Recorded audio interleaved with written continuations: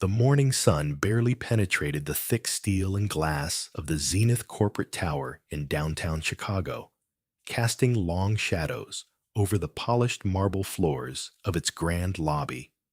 Beneath the gleaming facade of ambition and wealth, a quiet tension simmered, one that whispered louder than the elevator chimes and echoed in the heels clicking crisply across stone.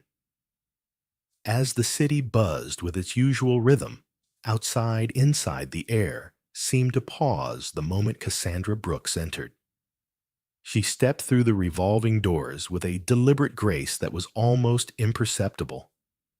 Alone, her figure silhouetted against the cold gleam of the lobby's modernist art, she seemed at once part of the scene and wholly alien to it.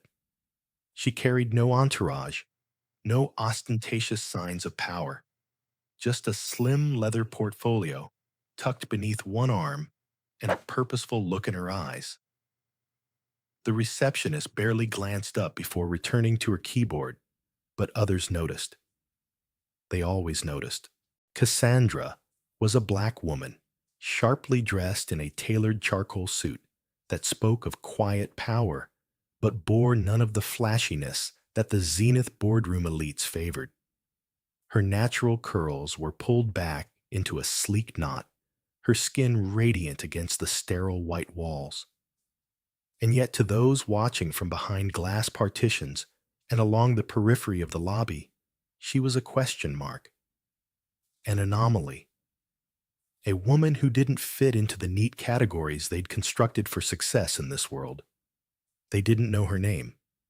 They didn't care to. But she wasn't there to be seen.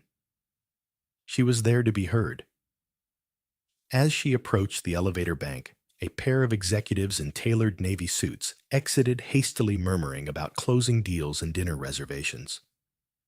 One of them, a tall man with graying temples, glanced at her with a flicker of recognition. Or was it suspicion? Cassandra met his gaze evenly, her expression unreadable. He looked away first. Inside the elevator, the polished brass reflected her image back, at her poised, professional, composed. She adjusted the strap of her leather bag, glanced at the floor indicator, and drew a slow, steady breath. This wasn't her first boardroom. It wasn't her first time walking into a space where her presence alone challenged assumptions. But it was the first time she was carrying data, real, undeniable proof that could change everything. Up on the 58th floor, the Zenith corporate boardroom awaited, a room where billion-dollar decisions were made with the flick of a pen, where polished smiles concealed sharpened knives, and where the unspoken rules of power were enforced not with fists, but with exclusion. Cassandra had seen it before, the way meetings were steered by those whose voices filled the room before they even spoke, the way proposals were weighed not on merit, but on who delivered them. But today, she wasn't here to plead for approval. She was here to deliver a proposal that had already passed through federal review, a plan for a sustainable infrastructure overhaul that could reshape entire communities. It was ambitious, data-backed, and meticulously constructed, and yet she knew the risk. She knew that when she stepped into that room, her skin, her gender, her status as a single mother, all would walk in before her credentials. The elevator slowed its mechanical hum, a prelude to the silence waiting beyond the doors. Cassandra straightened her spine, lifted her chin, and as the doors opened, she stepped onto the executive floor with a confidence that masked the quiet fury coiling beneath her calm exterior. The hallway was hushed, carpeted, lined with abstract paintings and glass walls, behind which senior executives conferred in low voices. A few glanced up as she passed, their expressions momentarily curious, then dismissive. They saw the slim portfolio, the understated heels, the woman walking alone without a badge of corporate insignia, and they drew their conclusions. She approached the main reception for the executive suite were a woman with a tight bun and a nameplate that read Lauren Green. Strategy lead was engaged in a hushed conversation with an assistant. Lauren's voice dropped when she saw Cassandra. "Can I help you?" She asked, her tone polite, but laced with the faintest edge of condescension. Cassandra held her gaze. "I'm here for the 9:00 a.m. meeting with the Zenith Board regarding EcoStream." Lauren's brows twitched ever so slightly. EcoStream. That's... She caught herself, glanced at the screen in front of her, and plastered on a professional smile. "Of course. Please wait here." Cassandra nodded, her face impassive. But she noticed everything: the whispered exchange, the sidelong glance, the subtle tightening of posture. This wasn't new. It was the same choreography she had faced in every room where her worth had been questioned before her words were even heard. But what they didn't know, what they couldn't see, was the quiet strength in her, the weight of data and strategy and lived experience she carried with her. They didn't know that today she wasn't here to ask for permission. She was here to test the boundaries of their assumptions.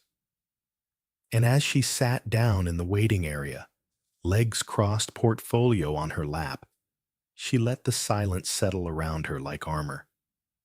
Outside, the city stretched its steel and glass toward the sky, oblivious to the storm that was gathering quietly inside these walls. They didn't know it yet, but by the time the sun set over Chicago that evening, everything in this building, every assumption, every rule, every hierarchy would shift. And it would all start with her. The clock on the executive floor ticked softly, marking time and measured heartbeats as Cassandra Brooks sat poised in the waiting lounge outside the Zenith Boardroom. Every minute that passed without acknowledgement wasn't just a delay. It was a deliberate statement. They knew she was here. Her appointment was confirmed. Yet as the seconds dragged into minutes, the air grew heavier with the weight of calculated neglect. Finally, a slender woman in an impeccable navy dress emerged from behind the frosted glass door. "Ms. Brooks," she said crisply, as though just now discovering her presence. "We're ready for you." Cassandra rose without haste, gathering her portfolio. Her smile, subtle and reserved, did not betray the flicker of fire rising in her chest. She followed the woman down a corridor of framed accolades and industry awards that lined the walls like silent sentinels of power. The corridor opened into the Zenith Boardroom, a cathedral of corporate ambition with a long, polished table at its center. Floor-to-ceiling windows offered a panoramic view of Chicago's steel and glass skyline. But it was the human landscape that Cassandra noted first. Around the table sat a dozen executives, men and women, but mostly men, dressed in suits that whispered wealth and authority. Their faces were practiced masks of professionalism, but behind their eyes lingered the subtle gleam of condescension. At the head of the table sat Alan Whitmore, Zenith's CEO, a man whose reputation for ruthlessness preceded him like the shadow of a skyscraper at dusk. He rose briefly, his smile thin and perfunctory. "Ms. Brooks, welcome. Please have a seat." Cassandra took the seat reserved for her near the middle of the table. The subtlety of the placement was not lost on her, neither at the head nor at the farthest end, but just close enough to be acknowledged while still peripheral. She laid her portfolio on the table and met the eyes of the board members with calm clarity. "We understand you've prepared a proposal," Whitmore said smoothly, his voice a practiced baritone that filled the room with authority. "We're eager to hear your ideas." Cassandra's voice was steady, her words deliberate as she outlined the key elements of her EcoStream initiative. She spoke of scalable, renewable energy solutions, of federal partnerships, of data-backed projections for long-term growth and sustainability. The figures were precise, the model airtight, designed to impress, not with flash, but with substance. But as she spoke, she noticed the shifts, the subtle exchanges of glances, the half smiles that didn't reach the eyes, the low hum of whispered commentary that was just quiet enough to remain plausible deniability. A tall man with a silver tie, Gregory Tate Zenith's chief financial officer, leaned back in his chair. Fingers steepled a smirk playing at the corners of his mouth. "Impressive numbers," he said when she paused. "But I have to ask, have you led an initiative of this scale before? I mean, it's quite ambitious for someone stepping into these circles." Cassandra met his gaze without a flicker of emotion.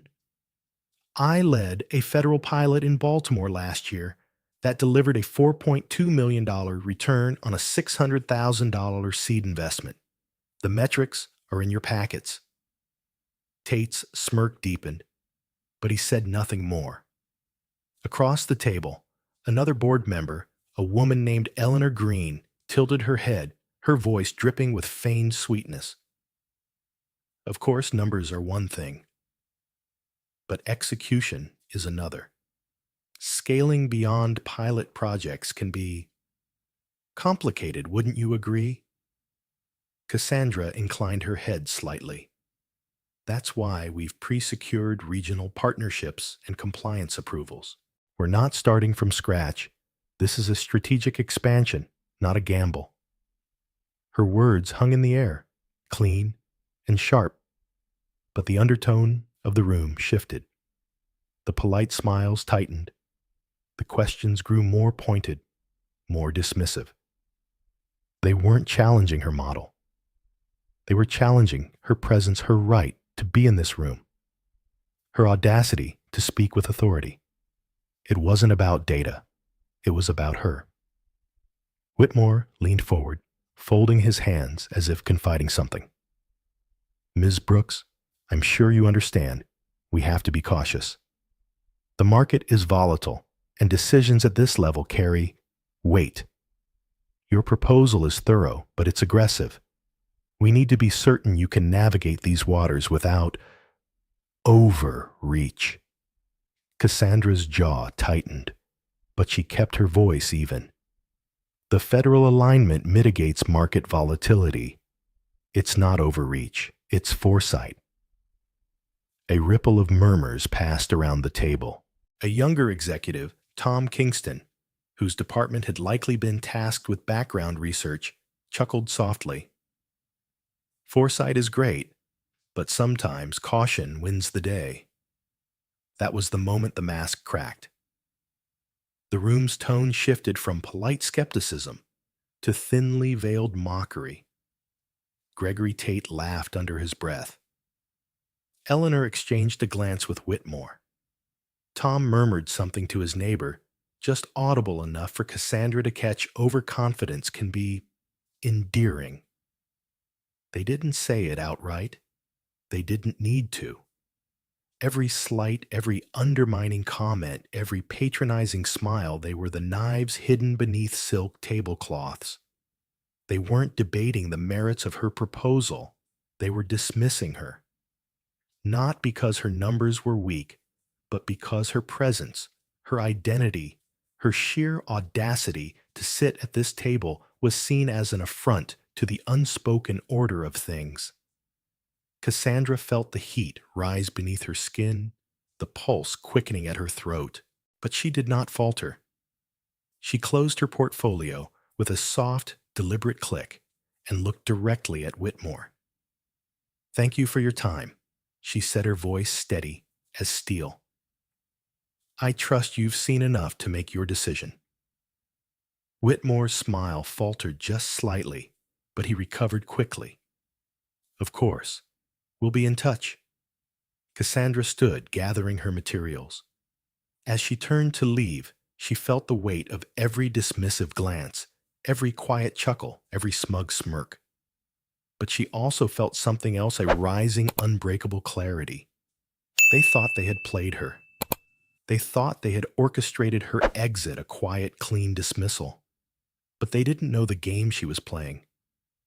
And as she stepped back into the corridor, her reflection glinting in the polished glass, she realized they had just handed her the one thing they feared most, an opportunity to show them exactly how mistaken they were. The city lights had begun to blur into a shifting mosaic as Cassandra Brooks sat in the back seat of the town car that sped through the rain-slicked streets. The Zenith executive's dismissive laughter still echoed faintly in her mind, but it was like distant thunder compared to the storm gathering within her. The humiliation in that boardroom was not unfamiliar. It was the sharpened, familiar blade of a system that mistook her silence for acquiescence. But this time, it had underestimated the resilience coiled beneath her poised exterior. The car pulled to a stop at a nondescript office tower, its only sign a discreet brass plate reading Federal Oversight Liaison Office, Chicago Division. Cassandra stepped out her heels, clicking softly against the concrete as she entered the lobby. The security guard glanced up his face, registering instant recognition as he offered her a respectful nod. She returned it with a brief smile, then proceeded to the express elevator at the back. The elevator doors closed with a soft whisper, enclosing her in silence. At the top floor, the space opened into a modern minimalist suite. Glass walls revealed a war room of sorts maps and data streams lining the walls, compliance reports scrolling in real time on screens. Cassandra stepped into a side office where a slender woman with close-cropped hair looked up from her desk. "Ms. Brooks," she said softly, "Director Langston is ready for you." Cassandra nodded, her face composed, and stepped into the conference room. Inside, the director of the Department of Energy's Federal Infrastructure Alignment Task Force sat at the head of the table. Langston was a man whose quiet demeanor belied the immense influence he wielded. He rose as Cassandra entered, extending his hand. "Welcome back, Cassandra," he said, his voice warm but edged with the formality of high stakes. "We've been watching closely." She accepted his handshake, her posture both graceful and unyielding. "Thank you, Director," she replied. "I assume you've seen the preliminary reports from the Zenith meeting." Langston gestured to the stack of files in front of him. "I have. And I must say, it's even more revealing than we anticipated. Their dismissal of your proposal wasn't merely a business decision, it's a case study in systemic exclusion." Cassandra's eyes flickered, but her voice remained calm. They underestimated the stakes. They thought they were dismissing a single mother with an ambitious idea. They didn't know they were turning away the federal liaison for the next phase of the Green Horizon Initiative. Langston's mouth tightened into a thin line. "The way they handled you is an embarrassment, but it's also a gift. You've exposed the rot beneath their polished surface. And now, we're prepared to act." For months, Cassandra had operated quietly behind the scenes, meticulously building her portfolio, securing partnerships, and preparing the federal alignment documentation. What Zenith's board had failed to grasp was that her presence at the table wasn't a pitch, it was an evaluation. The $300 million infrastructure partnership they believed they controlled was, in truth, contingent upon her assessment of their eligibility and integrity, and they had failed. Langston slid a heavy folder across the table. Inside were detailed compliance reports, transcripts, and recorded exchanges from the meeting. Cassandra flipped through them, her expression unreadable. I assume the evidence will suffice to justify their removal from the program. Langston nodded. It does. Effective immediately, Zenith is disqualified from federal consideration. Their behavior violated multiple clauses in the compliance agreement, particularly concerning equitable access and anti-discrimination protocols. Cassandra exhaled slowly, her fingers brushing the folder's edge. They played themselves, she murmured, almost to herself.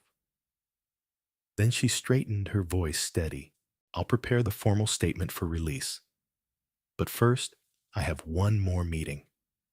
Langston's brow lifted. You're returning to Zenith. She met his gaze with quiet steel. Not as Cassandra Brooks, the hopeful entrepreneur. As Cassandra Brooks, the federal compliance lead for Green Horizon. Langston's smile was fleeting, but approving. Then let them see the full measure of the power they dismissed. Hours later, Cassandra re-entered Zenith's glass tower, her presence as quiet and commanding as the first time, but this time, the atmosphere shifted the moment she stepped through the doors. The receptionist, previously disinterested, now stiffened at her approach. Ms. Brooks, she stammered. Mr. Whitmore's team. They'll see me now, Cassandra said calmly, flashing the authorization badge she hadn't revealed before, its emblem gleaming with the seal of the Department of Energy. The badge's simple red stripe marked her as the key compliance officer for federal contracts, a symbol of authority that no boardroom smirk could erase. The elevator carried her smoothly upward, and when the doors opened, a hush fell across the floor. Executives turned, expressions shifting from polite surprise to dawning panic. Cassandra stepped out, her portfolio tucked under one arm, and made her way to the boardroom with a purposeful grace. Whitmore stood at the head of the table, his face blanching as she approached. Miss Brooks, he began, his tone straining for control. We weren't expecting. You should have been. She interrupted, her voice low but unwavering. As of this morning, I am authorized to deliver final decisions on federal eligibility for the Green Horizon Initiative. Your firm's conduct has been reviewed. The outcome is disqualification, effective immediately. The silence was absolute. The polished table reflected the stunned faces of the executives, their composure crumbling like a fragile veneer. Cassandra held their gaze, her voice clear. You dismissed me, not because of my data, but because you couldn't see past your own assumptions. And now, you'll face the consequences, not of your disbelief, but of your arrogance. She laid the formal documentation on the table, her movements deliberate. This is no longer a discussion. It's a verdict. As she turned and walked from the room, leaving behind the stunned silence of shattered egos and collapsed ambitions, Cassandra felt a profound stillness settle over her. The storm had not passed. It had merely revealed its true center. And she stood there unshaken in the eye of its quiet, devastating power. The elevator's gentle descent felt almost too slow for the weight Cassandra Brooks carried. Yet as each floor slipped by, the tension didn't fade, it crystallized. When the polished doors opened onto the lobby of Zenith Tower, the air hung heavy with unspoken tension. The receptionist at the front desk, who had once offered only condescending glances, now straightened, as if uncertain how to greet her. Cassandra returned the gaze with an inscrutable calm before moving steadily toward the exit. Outside, the city's pulse continued, unabated cars streaming past, people moving with purpose, oblivious to the quiet implosion occurring within the building behind her. But Cassandra felt it like a distant thunderclap, one that would reverberate long after she had left. She stood at the curb for a moment, breathing in the crisp afternoon air. The coolness bit at her skin, a stark contrast to the heat of the boardroom she'd just left. Her mind was quiet now, the adrenaline giving way to a deeper, more profound clarity. What she had done wasn't about revenge. It wasn't about proving her worth to men like Whitmore or his polished inner circle. It was about justice, not the loud banner-waving kind, but the quiet, irrevocable sort that redefines the rules of the game. She knew, with the certainty of lived experience, that true power rarely needed to shout. It could whisper, could move beneath the surface until the day it rose, unmistakable and undeniable. A black sedan pulled up to the curb, and Cassandra stepped inside. She gave the driver a small nod before sinking into the leather seat. As the car merged into traffic, she stared out the window at the shifting skyline, her thoughts trailing to the events of the morning. She had walked into Zenith's lair not as an applicant, but as a sentinel, carrying with her the power of an entire federal mandate. They had seen a woman asking for permission. They had failed to recognize the woman who held the pen that could rewrite their future. And now the ramifications were already rippling through the upper echelons of Zenith's corridors. She imagined the hurried calls being made, the desperate attempts to salvage reputations to shift blame. Emails sent in panicked bursts, voices raised behind closed doors, careers teetering on the brink. But Cassandra's role was not to be the instrument of their destruction. It was to be the mirror that reflected their own complicity. At a red light, her phone buzzed softly. A message from Director Langston appeared on the screen. Formal disqualification letter delivered. Federal compliance review initiated. Well done. She read it once, then let the message fade into the quiet hum of the city. There was no satisfaction in the words, only a sense of inevitability. This wasn't a victory lap. It was a necessary reckoning. Cassandra's mind drifted back to her daughter Lena. She thought of the mornings they'd spent together, of the quiet conversations over breakfast, where she had taught her about dignity, resilience, and the quiet strength of knowing one's worth. Lena, too, would one day face rooms filled with subtle slights and disguised scorn, but she would walk in with her head high, carrying not just her own legacy, but the lessons Cassandra had fought so hard to embody. Today's reckoning wasn't just for Cassandra, it was for every woman, every person who had ever been reduced to silence in the face of systemic arrogance. The car pulled up to the curb outside her modest townhouse in Bronzeville, the neighborhood where history whispered from brick facades and family-run shops. Cassandra stepped out her heels, tapping softly on the sidewalk. She paused at her front steps, the weight of the day pressing gently against her shoulders. She knew that inside, Lena would be waiting with 100 questions, her curious eyes wide, her voice eager. Cassandra would answer them all not with bitterness, but with the quiet, unwavering assurance of a woman who had faced down giants and stood unshaken. Inside the house, the familiar scent of home greeted her.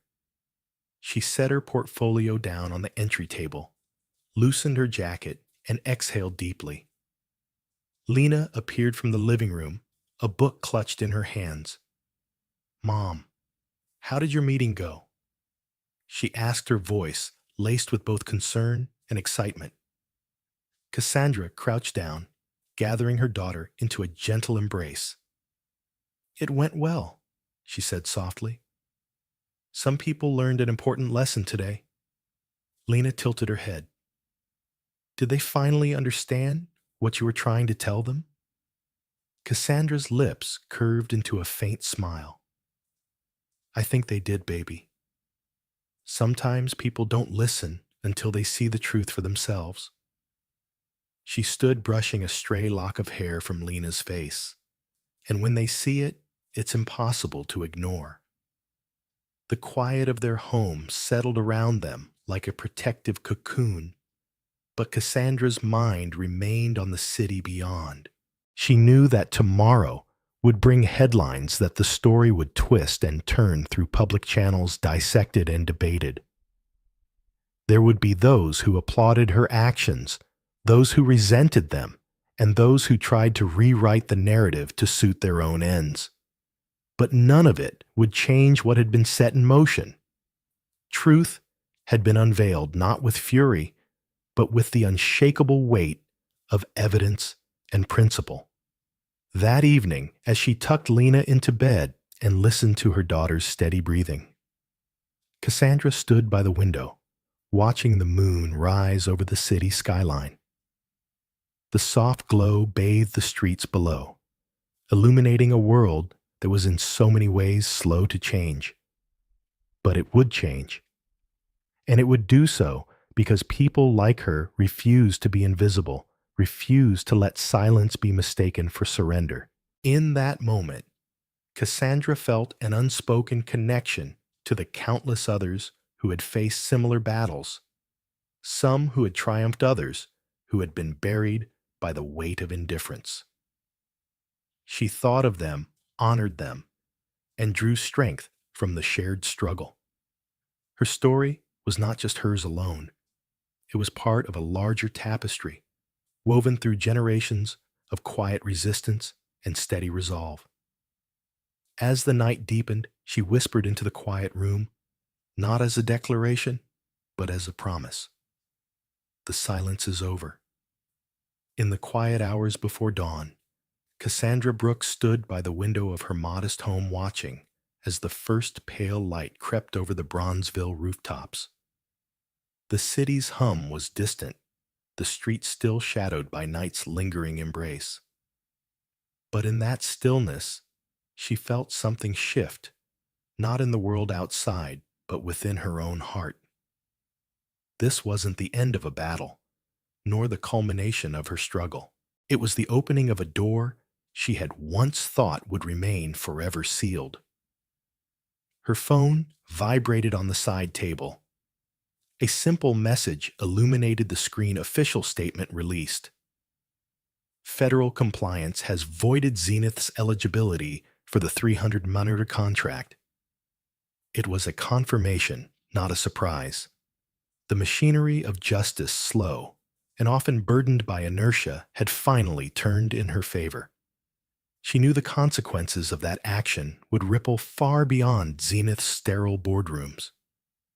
It would touch lives like hers, and Lena's, and countless others who had been marginalized and silenced.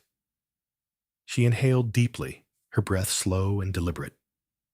It wasn't triumph she felt, but a complex mixture of vindication and mourning. A part of her mourned the necessity of what had happened, the careers undone, the reputations tarnished, the families affected. But another part, the part that had endured whispered condescension and systemic exclusion, understood the deeper truth. This wasn't about retribution.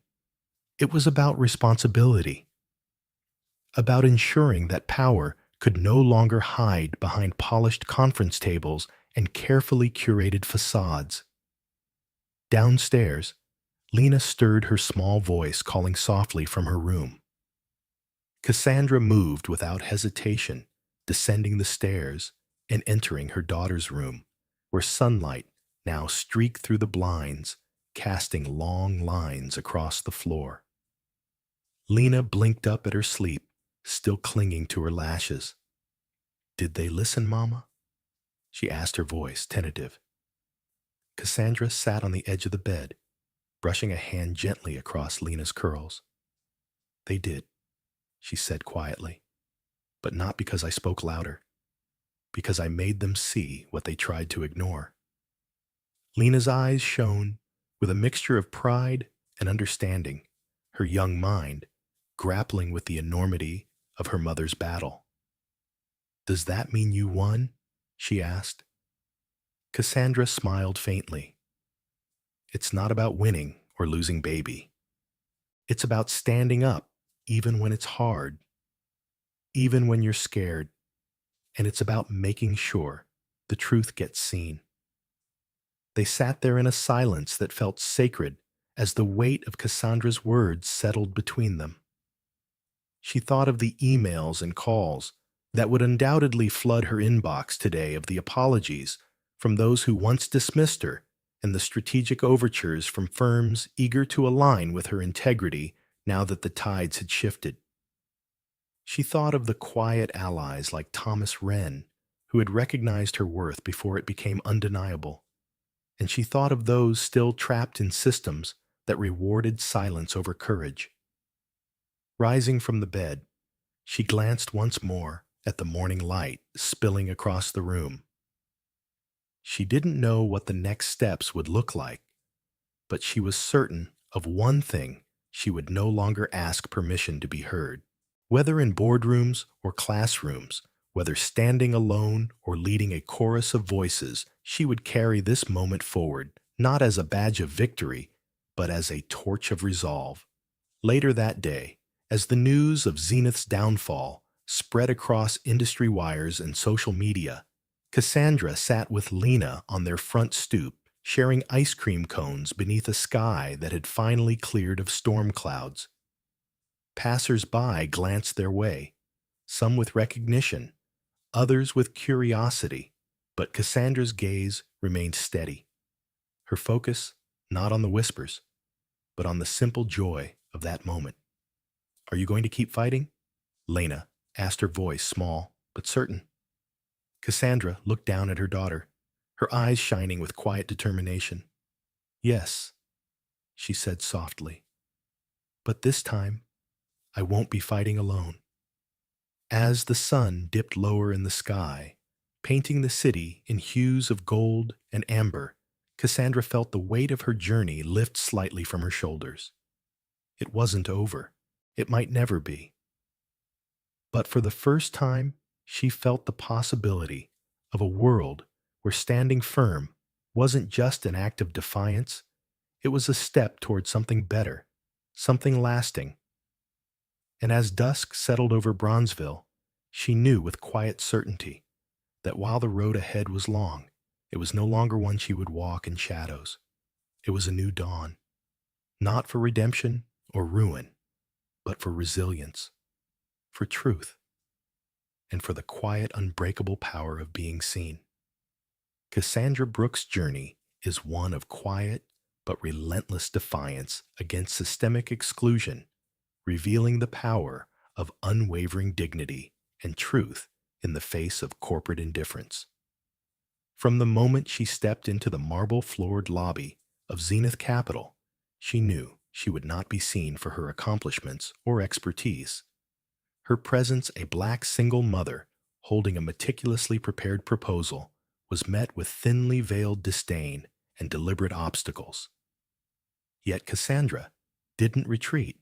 She endured the whispers, the condescending glances, the orchestrated delays, and the outright sabotage of her fiscal data, knowing that her resilience was not for their approval, but for the truth she carried.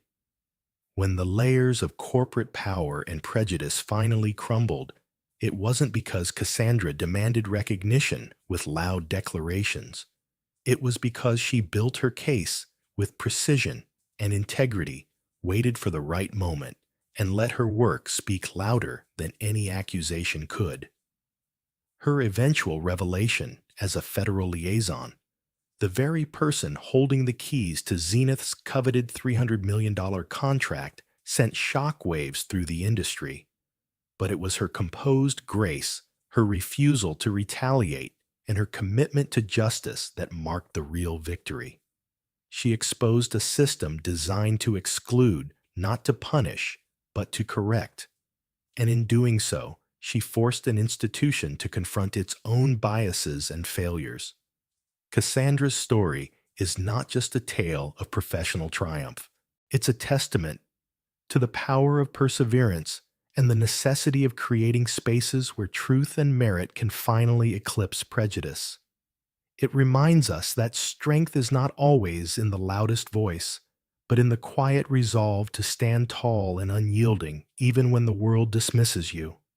Her path was carved not by anger, but by clarity and purpose, and through it, she has illuminated a way forward for countless others. The lesson from Cassandra's journey is clear. We must cultivate the courage to confront injustice not with hostility, but with an unshakable commitment to integrity.